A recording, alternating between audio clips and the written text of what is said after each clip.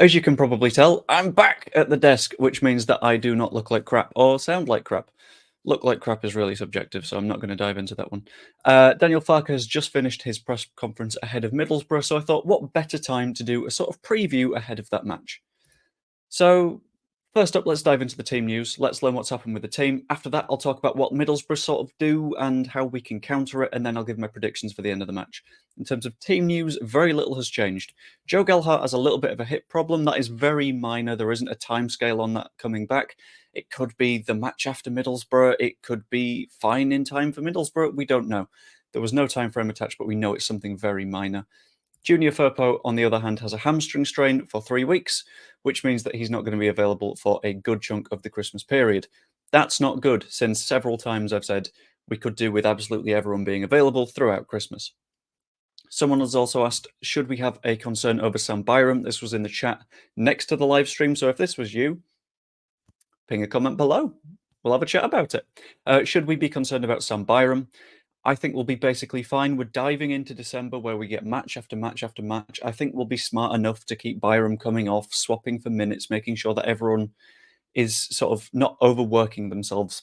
I think we'll be okay. That was basically it for team news, which was really short, but he dived into some slightly more interesting stuff outside of that, including dropping Luke Ayling earlier in the week. He wasn't even in the 20 players that were at Elland Road. And in response, Farke discussed the role of senior players in development. Having those senior players means that your younger players like Spence and Archie Gray in the same position as Luke Ayling have someone to look up to and ask questions about and sort of learn from in terms of their growth.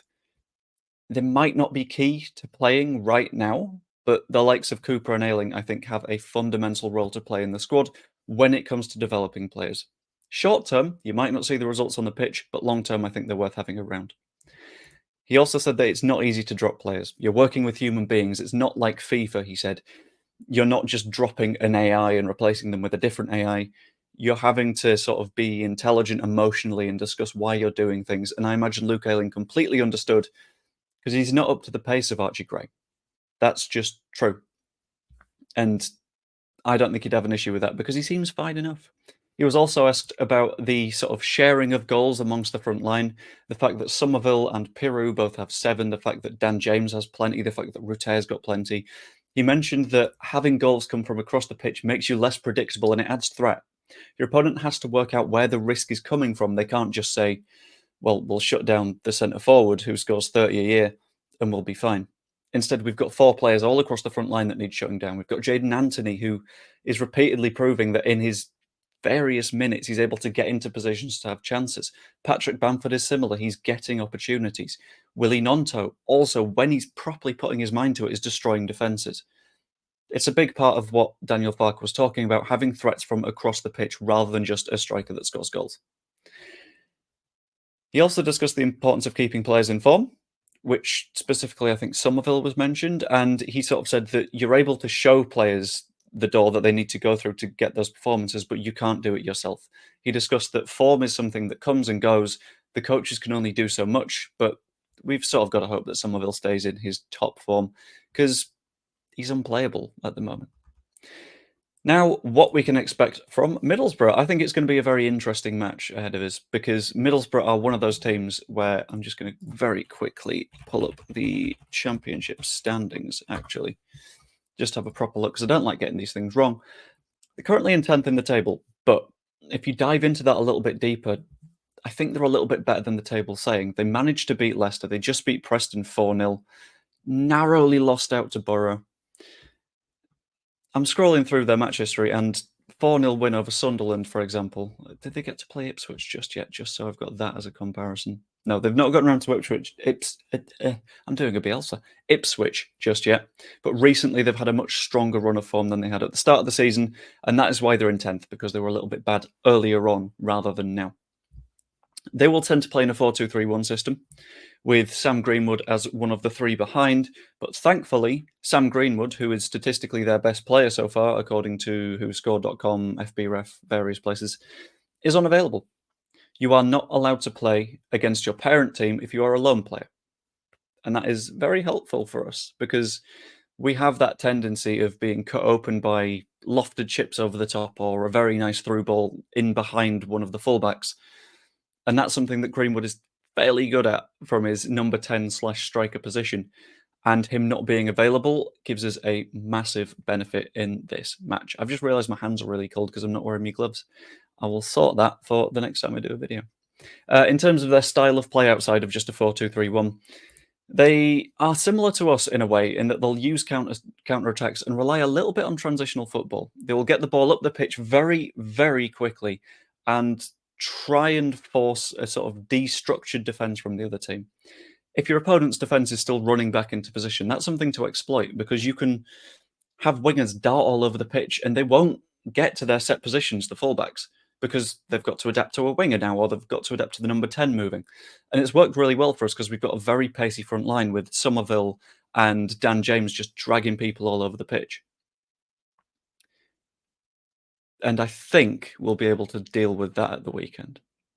Archie Gray has the pace to deal with that. Strauch and Rodon have the defensive awareness to move into the right positions to cover for Gray when needed. And Sam Byram is absolutely managing fine at left back. I don't have any doubts about that. Out of possession, however, they are relatively passive. They will try and control the game when they have the ball. They'll try and hold the ball, push up into their opponent's half and play with it there because you've not been able to get a transition. But out of possession, they're fairly passive. They will drop in. They won't give us that many opportunities to pounce and go at a backline that doesn't have a midfield defending it, because that's where we do really well. Jorginho Ruter's goal against Swansea was because the backline was exposed, because he was only running against one centre-back. Dan James's was a nice little through ball behind a centre-back because the midfield hadn't had a chance to dip in after Sam Byram's challenge. I feel like they won't let us make the game transitional, and we will have to try and force it. I think we did that a little bit against Swansea as well, holding the ball at the back and waiting for their press. Swansea's press was really good, and that's why we sort of struggled in the middle part of the first half. But if we're able to get that working against Middlesbrough, it could be very good. They do have some weaknesses, though. They are very weak against through balls, although they like playing them themselves. And that's something that we do very well with. Jorginho Ruter managed to get an assist for Dan James with a through ball. Jorginho Ruter's goal came from a big lofted through ball over the top from Ethan Ampadu. Crescencio Somerville set up Joel Pirou as well through a nice little guided pass at the defence with Joel Pirou sliding it past the goalkeeper. I think we'll be completely fine against Middlesbrough, if I'm going to be completely honest with you. My prediction, I'm going to say a nice 2-0, although things are never that easy with us. Unfortunately, I'm not able to make it to that match personally. I'm not able to press box it or anything because I've come back from Leeds from the various family bits that were going on. Probably not going to talk about those in too much detail because sad. But yeah, I hope you enjoyed the video. Comment down below what you think. Like if you enjoyed and subscribe. Even become a channel member if you fancy. I've got a nice big interview coming up quite soon in a much nicer setup than this one, I have to admit. So look out for that as well. And I will see you later.